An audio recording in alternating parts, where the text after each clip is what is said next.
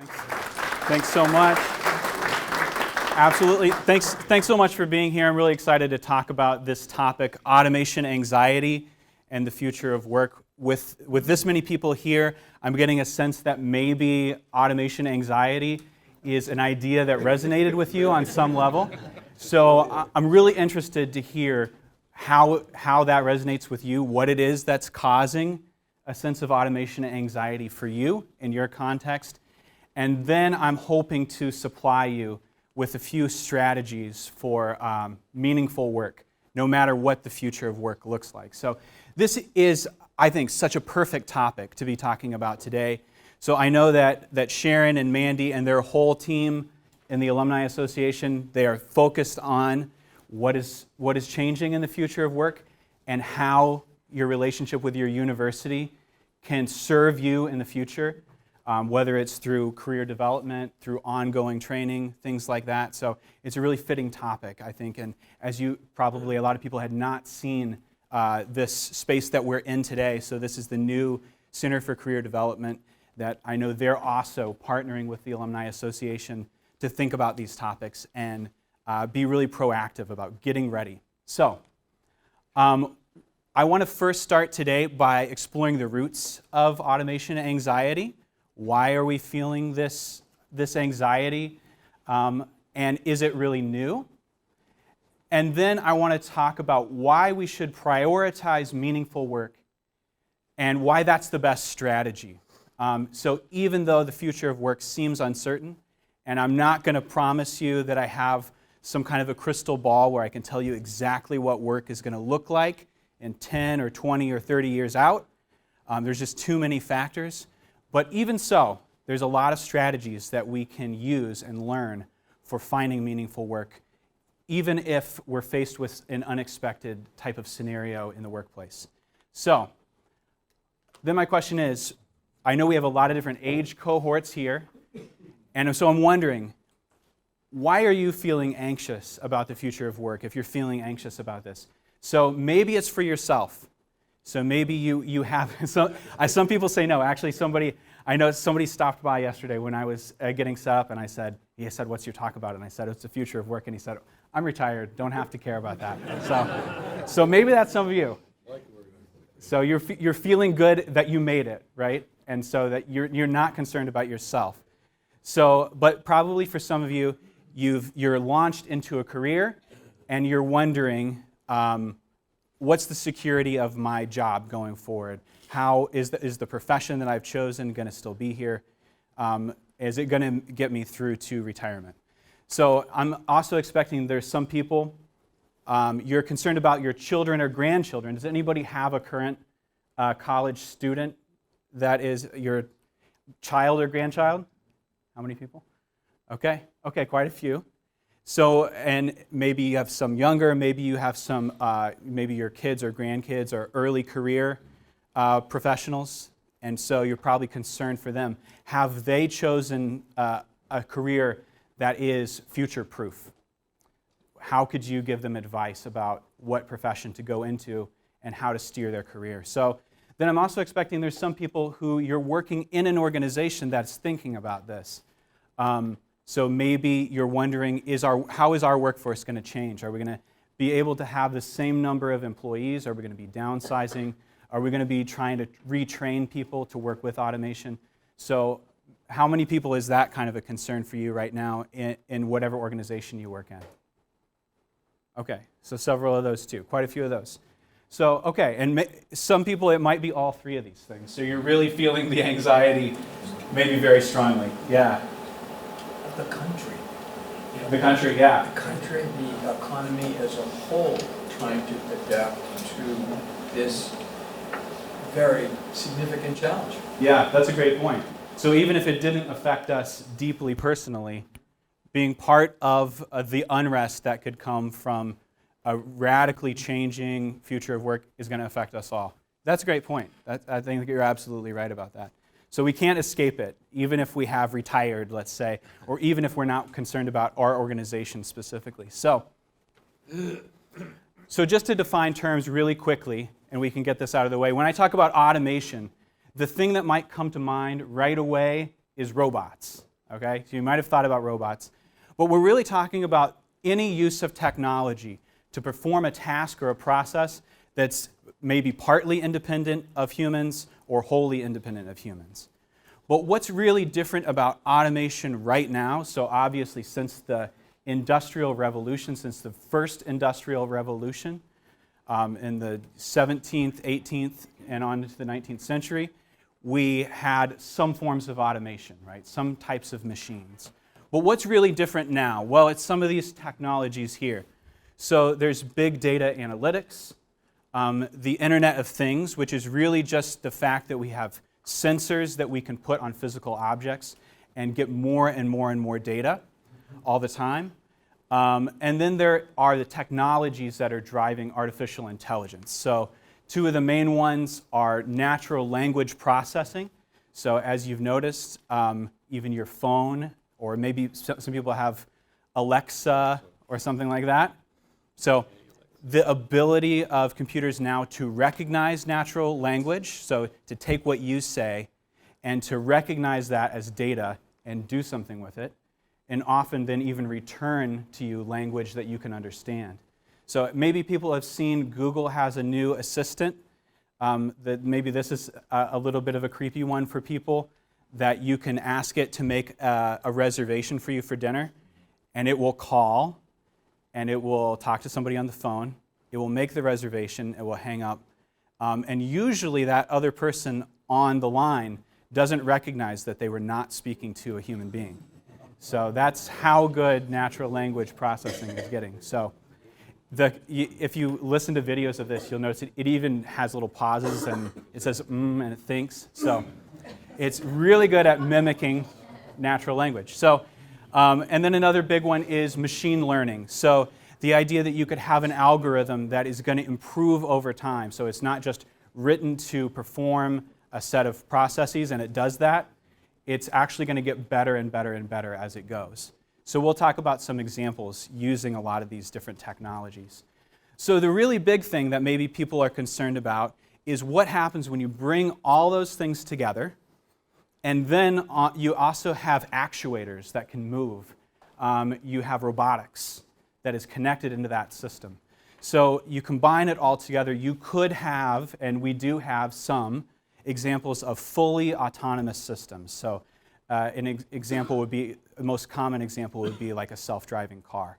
So that's using all these technologies usually together, and is actually a fully autonomous system that doesn't seem to need us. So a little bit about how I got interested in this topic. So I work in the Center for Ethical Leadership here at Notre Dame, and one of my jobs there is to listen to the business community and to really identify what are their felt needs right now and try to connect that to research to help them out. So we are hearing more and more and more all the time that companies are concerned about the future of work, and they know they need some kind of a positive vision, and they are really struggling to find it. How can they want to present to their employees, to their shareholders, how the future of work is going to actually be a good thing, but they're really struggling to find that message. So also on a more personal level, so I'm actually a first-generation college student myself. I come from several generations of entrepreneurs. People were self-employed in my family, so the fact that I went to school and got a PhD makes me very, very strange in my family. So even my brother and sister who did go to college, my brother is on an 18-month, road trip around taking photos and things like that. My sister works in LA in the movie business, sort of doing like gigs here and there, doing practical effects and things like that. So people don't have traditional jobs in my family a lot, or are quite often self-employed. So I've always really been interested in how people use their ingenuity to find meaning at work. So that kind of comes together in the magazine issue that you have right there in front of you. I wrote the cover story for that new issue of Mendoza Business Magazine. I know a lot of the people who just came in, maybe you didn't get a copy of that, but we do have a lot of extra copies of that. So I actually have a whole box of them over there. So before you leave, I'll have a copy for you. You need one back here? Is that a forest of zeros and ones? I think so, yeah. The zeros and ones out in the forest. So So what I'm going to be doing today is kind of covering some of what I covered in that article, so you can kind of take this as a little bit of an artifact of the talk.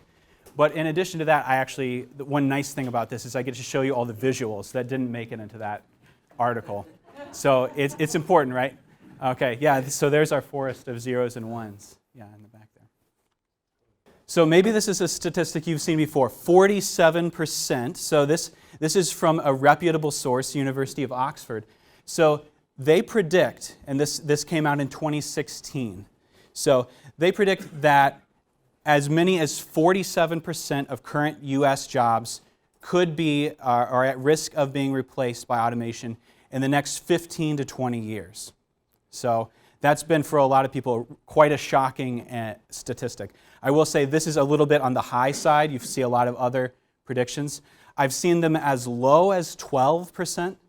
But if you think about 12% of U.S. jobs, you're still talking about tens of millions of jobs, even if the low side of things was a little more correct. So I think for a lot of us, it's these statistics.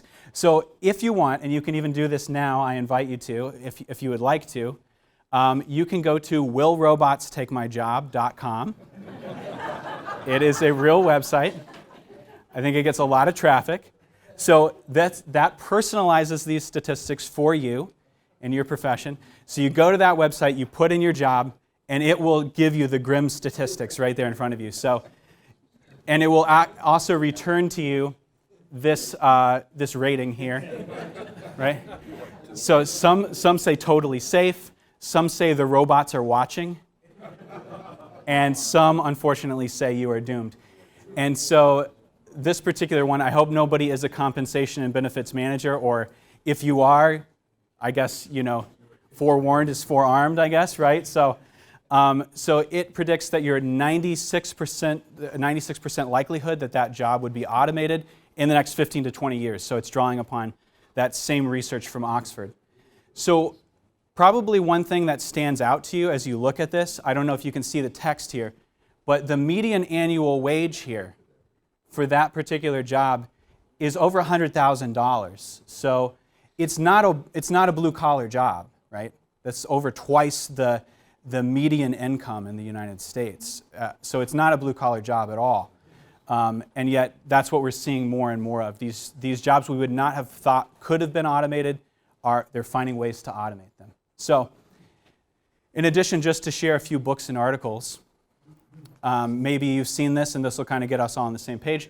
So one is The Rise of the Robots from a couple of years ago, and subtitled Technology and the Threat of a Jobless Future.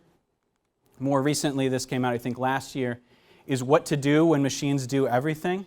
So it's trying to help you and your organization prepare for the possibility that automation and artificial intelligence could do any conceivable job. And this one just came out in the last couple weeks. The robots are coming, the future of jobs in an era of automation. And that kind of takes you through particular professions and looks at what's actually likely to be automated within those professions. So maybe for you, it's just stories you've heard of technological disruption that's driving automation anxiety.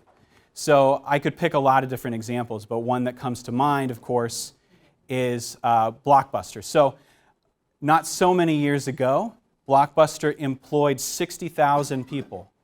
And then lo and behold, there was a startup called Netflix that before its streaming service, right, did anybody get the actual physical Netflix discs? Okay, a lot of people. I did too. So early on, they only had 30 employees. And they were using automated processes, obviously the computer where you would select what you wanted to get, and it would automate that process and get you your disc. So it only had 30 employees early on, and even though Netflix is huge today, millions and millions of subscribers, it still only has 7,000 employees. So it's still not reached anywhere near what Blockbuster was, for example, in its heyday. So one thing I say in the article is that automation is now colorblind. I thought that was cool. Thank you. So as we talked about just a minute ago, we're familiar with certain kinds of jobs, and I think those of us who are maybe more of a in white-collar jobs have sometimes used this as a way to comfort ourselves, right? And we think, okay, the jobs that can be automated, we know what they are. So everybody knows we don't have elevator attendants anymore. We don't have telephone operators anymore that are, doing the manual process of switching the phone lines. Some factory workers, things like that. If you came in on the toll road, you might have noticed you may not have had a toll booth attendant.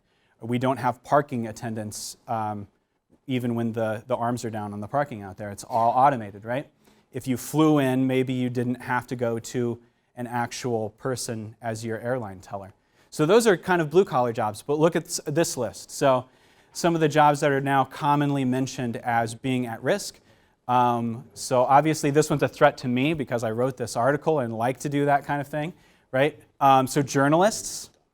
So chances are you've probably read an article that was at least partially generated by artificial intelligence. The Washington Post, for example, uses artificial intelligence to at least generate parts of its articles. So a bunch of other ones, travel agents, bankers, insurance salespeople, even lawyers and doctors, kind of typical, sort of solidly middle or upper middle class jobs. So some that may surprise you that I'd like to share with you too are some of the more creative professions that you would really think is not going to be the strength of artificial intelligence. So I don't know what you think about the artistic merits of this particular painting. Maybe you don't like it, but somebody did like it because they purchased it for $432,500 last year at an art auction at Christie's.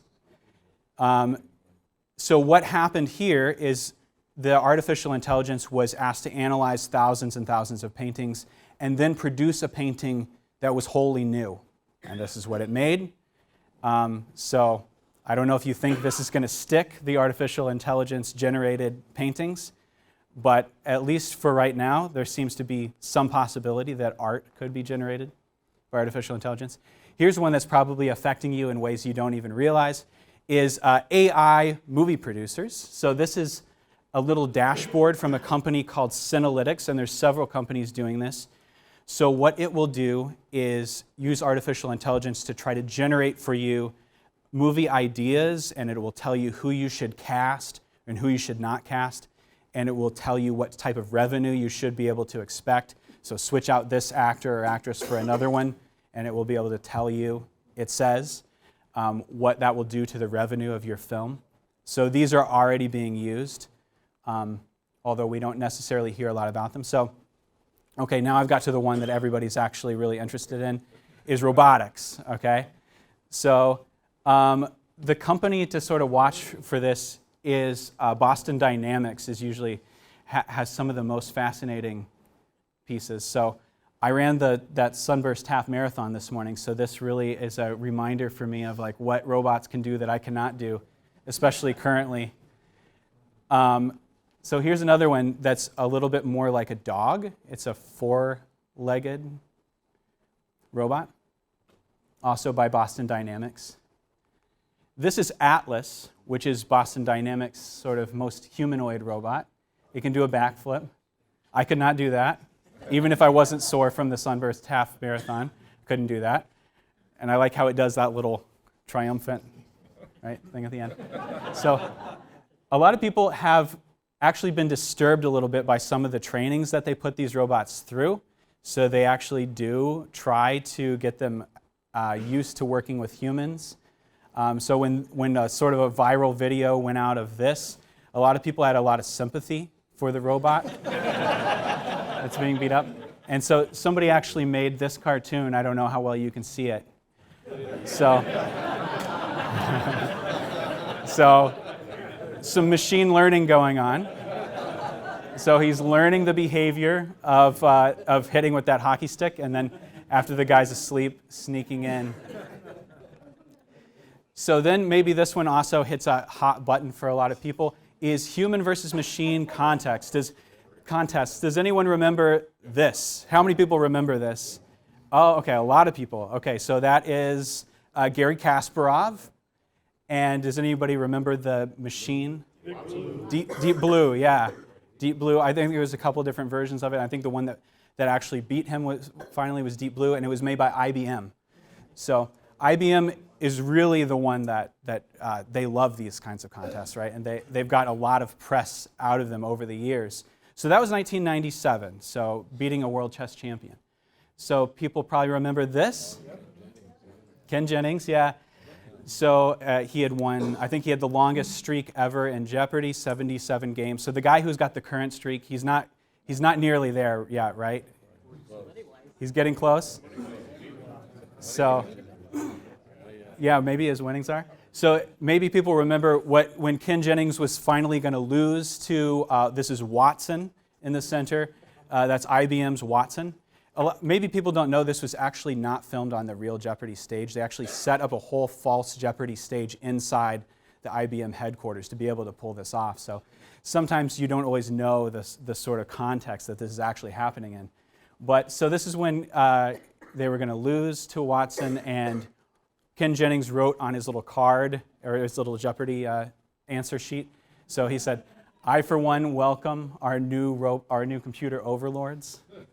So I think that's a really clear manifestation of that automation anxiety that I've now just been bested by Watson. So maybe this is a less known one. So people may not know the game Go, but it's been around for something like 3,000 years. And it's said to be 300 times more complicated than chess. So whereas with Deep Blue, they taught Deep Blue to play chess by looking at what chess masters would do in similar situations and getting Deep Blue to do that. But there's actually too many possible variations in Go for them to do that. So they actually had to have a machine that operated in a completely different way, that wasn't following any kind of pre-scripted moves. It was doing something much more complicated than that, involving machine learning. So this was in 2016 when it beat the world grand champion of Go, Lisa Dole, there in Korea. And then maybe this is one that people haven't heard of, because if you're looking for like a sort of hooray for humans, the robot actually lost this one. So, but this is actually a descendant of Watson, the one that beat Ken Jennings. So you know it's involving that natural language processing. So whereas Watson could hear a Jeopardy question and could respond, this robot can debate.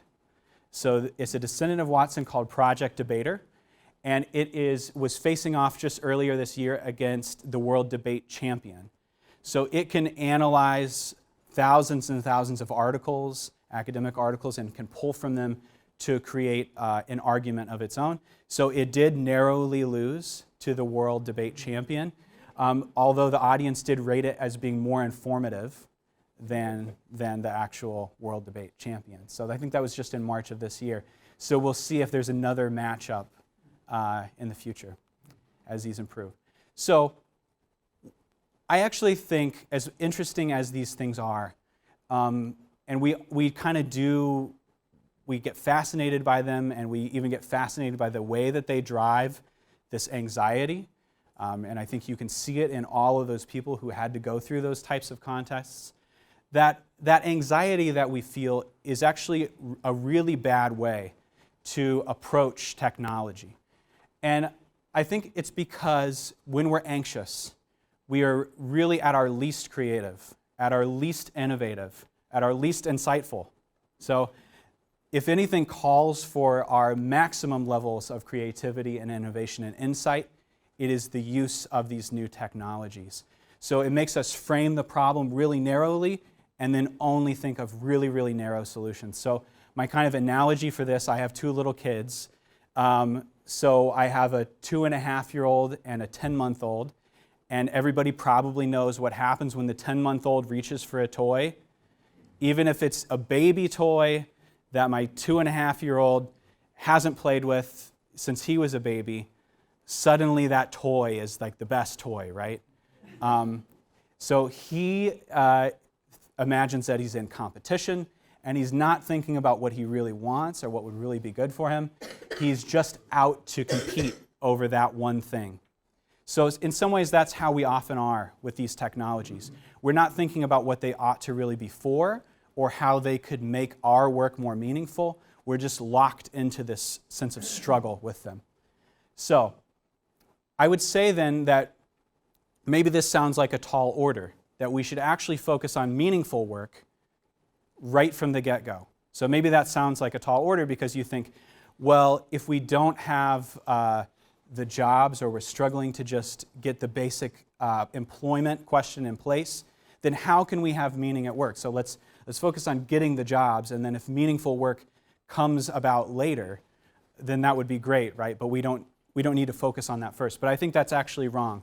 That we need to think about the meaning of work and to open up our sort of creativity about how we could achieve it and use that as our strategy to build it in from the beginning.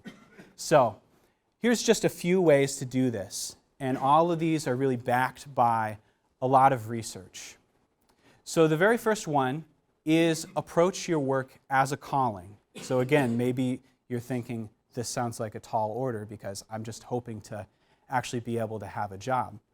But I would also point out that right now, the current state of work is really not very good. So sometimes we get locked into this struggle with technology and we feel threatened. And we don't realize that most people currently do not actually find a lot of meaning in their work.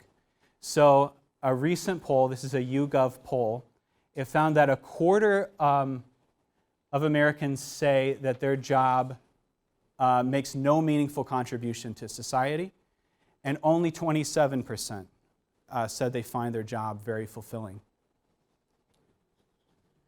So there's a lot of room for improvement, right? And when we focus on purpose, we're really doing the most human thing we can do. So if we have one sort of area that is not threatened by technology, it is this area of purpose. So I love this article that the philosopher John Searle wrote after Watson won on Jeopardy, and there was obviously a lot of hand-wringing about now humans are no longer special, our intelligence is threatened, and things like that. He wrote a great article that just simply pointed out that Watson doesn't know that it won on Jeopardy, right? Watson wasn't excited.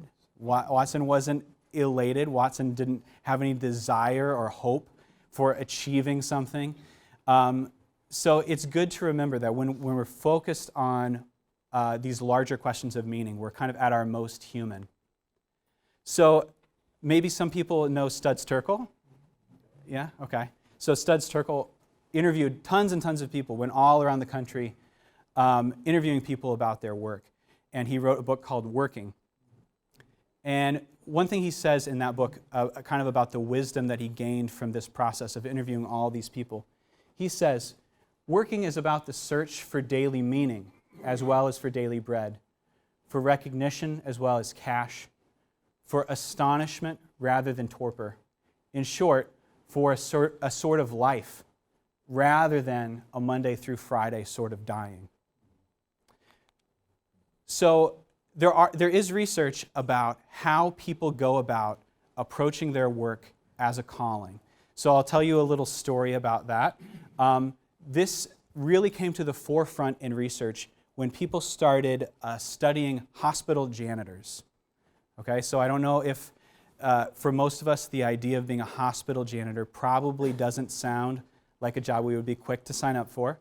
So I can tell you some of the things that are in the job description: cleaning up messes, mopping floors, waxing floors, maintaining equipment, cleaning up patients' rooms, and obviously spending time around sick and possibly even dying people. So not the kind of job that most of us maybe would find very uplifting. So after studying a lot of these hospital janitors, the researchers behind these studies were Amy Resniewski and Jane Dutton. So they found out that a lot of people hated these jobs, okay, as you might imagine. They didn't find them challenging. They weren't engaged in the work they did. But there were a subset of people that loved these jobs. They actually thought they were very high-skill jobs. They found a lot of meaning in what they did. And so they wanted to know why. So they started interviewing them and asking all kinds of questions. So I'll talk about one person they talked about named Luke. So this guy's my stand-in for Luke. So they asked Luke, tell us about what you do. Don't tell us about what's in your job description. Tell us about how you actually go about your work. And he had to think about it for a while, but he would start to give them examples. And he said, well, for example, one time I cleaned a patient's room, and he had been sick for a long, long time, and his dad had often been there visiting him as he had this chronic illness. So he cleaned this patient's room while the dad was gone, but the dad came back and was mad because he said, you didn't clean my son's room. So Luke, in order to appease that patient's father, cleaned the entire room again so that the father could see that the room was being cleaned. Okay? So that's just one example. Also, he would sometimes change the art that was in patients' rooms, or he would talk to patients, spend a lot of time getting to know them as they had these chronic illnesses. So actually in Luke's job description, there was nothing that mentioned another human being. So he was never asked to do those types of things. So they wanted to know what's going on here. And it was just that he was never formally forbidden from doing these things. So if you allow people to, they will engage in a process that these researchers call job crafting. So we do it quite naturally, except usually when it's absolutely forbidden to us.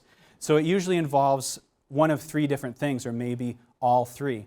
So there might be task crafting, which is just having some autonomy about choosing which types of tasks you want your job to consist of. The other one involves relationships. So like Luke deciding to spend time with people, even though he wouldn't have had to. So you can build in a social component to your job.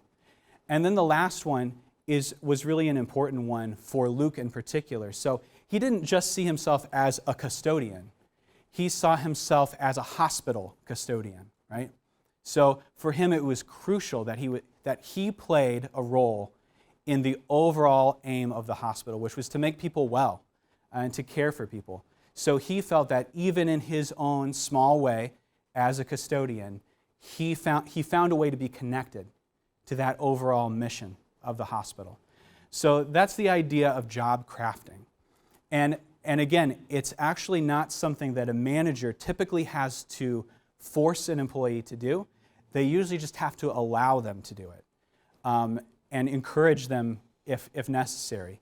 But it doesn't have to be forced, because humans, I think, as I put up here, so we should think of ourselves not just as job seekers, people that are passively waiting around to be given a job, to be handed a job, but really that we are natural job crafters. So we're naturally looking for meaning, and we're open to migrating to new tasks, to being around people, involved with people in a new way, or to connect ourselves to larger, more meaningful things.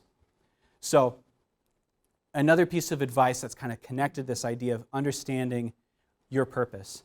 So there's a lot of talk about personal branding nowadays and things like that.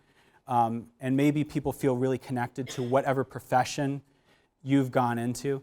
But in the future, especially if we have really low job tenure and people are switching maybe even whole industries, it's going to be more and more important to have a sense of your story. So a story is something that's much more flexible than a profession. It's much more flexible than just your own personal brand. So it's going to be crucial as we engage in this process of job crafting that we have a sense of our story, what we value, what we're going to bring into the future.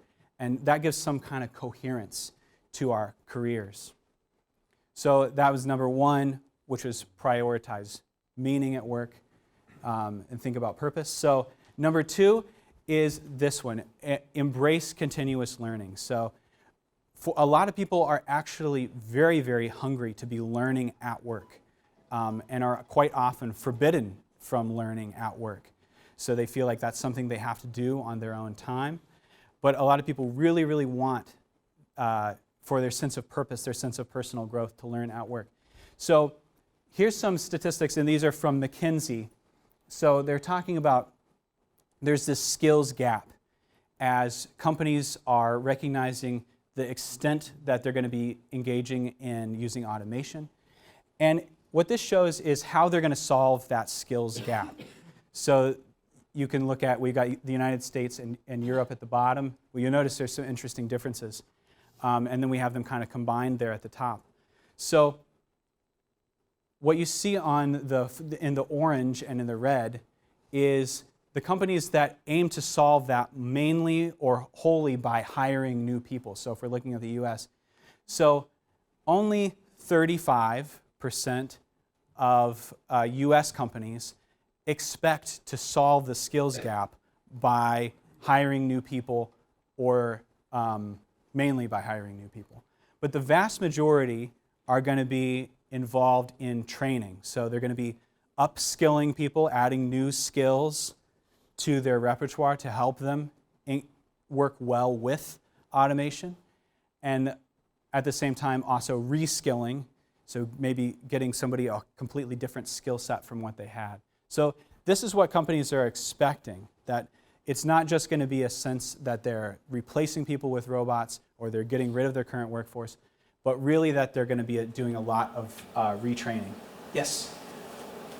What is forecasted to be more beneficial for man-hour training and getting the product you want out of that type of retraining or hiring versus hiring and retraining? Which is more beneficial for the workforce that you're going to obtain? Which is going to help them adapt better to... No, what is going to be more beneficial for the company? Is it to get just a whole new mix of employees, or is it going to be doing the retraining? That's a good question. Yeah. And we see a lot of older employees who can't use a computer. Sure. Bring the new ones in and run circles around them. So the company, what are you forced to do? Just get rid of the older ones because they take too much to retrain them? I mean, in our profession, that's what we see. We try to get an older employee and we train them, and it's impossible. Yeah. And we get someone younger and they already know how to do it. They're better than us. So, Right. And I guess I can't say, which, depending on the company, depending on the industry, which is going to be better, which is a better choice, because I also think there's, but this is what, yeah. Sure. This is a very good point, and that's why I think that these statistics on the far right are very real, that a lot of these companies will solve the skills gap not by retraining existing employees. But I guess the main thing I'm sort of hoping to reveal here is that a lot still do hope to retrain, upskill, or reskill their employees. But that's a point well taken, yeah. Is that because like in Europe they got such a high union where they can't just let people go and start, retraining newer workforces? That's a good question. I was thinking that it's mostly the difference that you're seeing there between Europe and the United States, pretty marked difference. Yeah. It's a question, I think, of talent. Is the talent available to be hired? But that's a good point, that the labor laws would be, different. Also, potentially the government support for retraining could be higher, or could be what these countries expect. So it could be a combination, a mix of those things, yeah. How about this in a context of 3.6% unemployment? Where do you find this talent?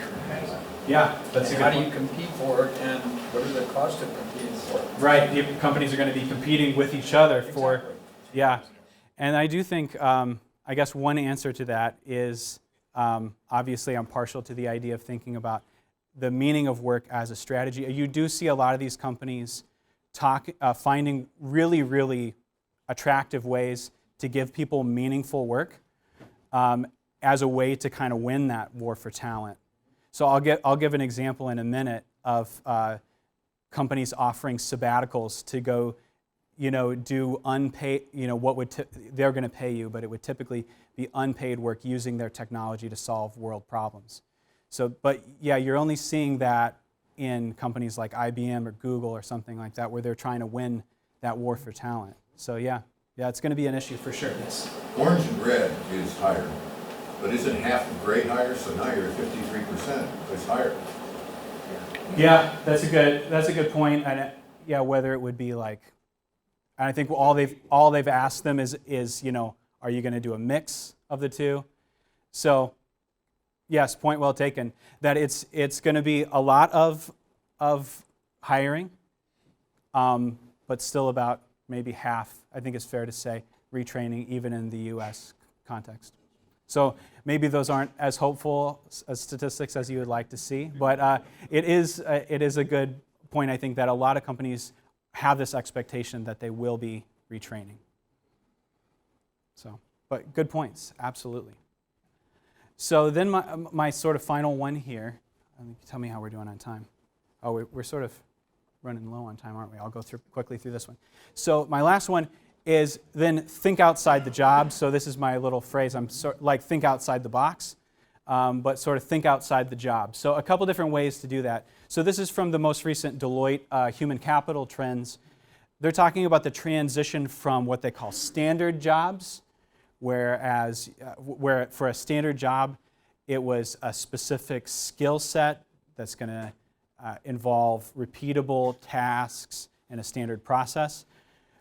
And what they see in the future is companies already starting to do this, move to hybrid jobs or even what they call super jobs. So hybrid jobs, they're going to draw upon a combination of skill sets, but super jobs are going to combine responsibilities from what were multiple traditional jobs. So they're going to involve some technical skills, some soft skills. So the scope of work is broadening out and is not necessarily identified with one particular job. So says Deloitte most recent Human Capital Trends. And I think we're already seeing that. So this is the one I was just talking about. So I have the Google example here, but as I mentioned, IBM's actually been doing it, I think, for a little bit longer, a similar program. So they recognize that the experience of meaning at work is both attractive for attracting talent and retaining talent, but it also has this effect when you bring somebody who's been doing meaningful work back into your organization. They're suddenly engaged, they're suddenly more productive. So they also see that technology as serving a real human purpose. So kind of like Luke, they have had an opportunity to see that the technology that their work has a meaningful impact on the world. They get connected to that sense of mission. So they're usually letting these employees go to like an impoverished country and help people adopt a new technology or a new type of medical treatment or something like that. So they're getting to see really firsthand the impact that the systems and technologies that they're designing can really improve the world. So there's one there. So that's a way of integrating important work, but that would usually fall outside of a job, back into your job itself. And I think I should also say, along with that, one definite gain, I think, from automation is if we have time to do all the forms of meaningful work, like, for example, child care, spending time with children or volunteering. If we have more time to do those types of meaningful work that are just typically unpaid, then that's another positive that can come out of the use of automation. So just a few final thoughts. So as I mentioned, it's difficult to predict the future of work, but we do know what are going to be the main factors, right? So we can imagine a lot of different scenarios depending on how these factors play out, but they're going to be innovation. So what is really the pace of the development of these new technologies? How quickly are we able to learn? And that's going to be driven in part by companies, in part by policy. And then also the last one there is mobility and access. So maybe this is one that you don't think about as much, but are people going to be able to have access to those jobs and those technologies? What is it going to be? Are they going to be able to migrate to where they are? Who's going to get left behind is an important question there. So if you wanted to know, because I know this is what people want to know, so if we could say, based on the technologies we're seeing, what jobs are really the safe jobs? We do have some indications of what those are going to be. Maybe I can't give you the actual title, but it would have these features. So jobs that require, above all else, soft skills, so empathy, persuasion, those kinds of things, the kind of more uniquely human, emotional aspects. And by the way, these aren't necessarily always white-collar jobs either. So an important aspect of being a nurse, for example, is emotional labor. Right? That's a crucial part, having compassion. So you can't automate that. So then high-context jobs. So this is a good way to think about, does this job have easily definable inputs and outputs? If it does not, the less that it is high context, and you need to know all kinds of things that you cannot codify about relationships, about all types of scenarios and situations that are going to go into the decision making that you could not write a set of rules for. So those are going to be harder to automate. And then lastly, maybe one that people don't think about as much is when we need very high accuracy and we need to be able to explain our decisions, we're not always going to be able to use artificial intelligence, because artificial intelligence, when it's rendering a decision, for the most part, you're not always going to know why. So an interesting exception to this, if you look through the magazine, there is a Notre Dame grad profiled in there who does make explainable artificial intelligence. So you actually could go back through and find out why it made a decision like it made. So that might be something for these really sensitive, maybe government or maybe healthcare applications where we need to be able to hold somebody or something accountable for a decision. You might see something more like that. Excuse me. Yes. Where would something like law enforcement fit into those three categories? It seems like it would cover all of them. Law enforcement? I mean, depending on, just being like a police officer Police out on officer patrol. or somebody's a tax reviewer. Yeah, and that's, Tax accountant. I mean, I think there are these aspects to jobs sometimes that I think a good example of this is tellers at the supermarket. So when I go to the supermarket, none of the tellers are automated, even though they could be, right? At least the grocery store I go to.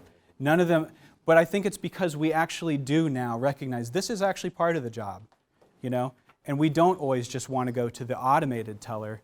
We want to go to the person that's going to actually ask and give us good advice and empathize with us and have compassion. So it depends on whether we recognize it or not, I guess is what I would say. But that's a good point. So last one, I like to show this. So this is from 1980, not a current headline, a headline from 1980. So a robot is after your job. So I gave you lots of other good examples, but although the technologies that are driving this wave of automation are new and bring completely new questions and problems, the idea that we would have a revolution in the way that we work is absolutely not new at all, going all the way back to the Roman Empire and kind of the advent of Christianity, bringing a new vision of what work was all about, for example. So even thousands of years ago, we see these kinds of things happening. So in a sense, we've been here before, and we can draw upon these kind of timeless ideas about what makes work meaningful as a way to kind of chart a course into the future. So,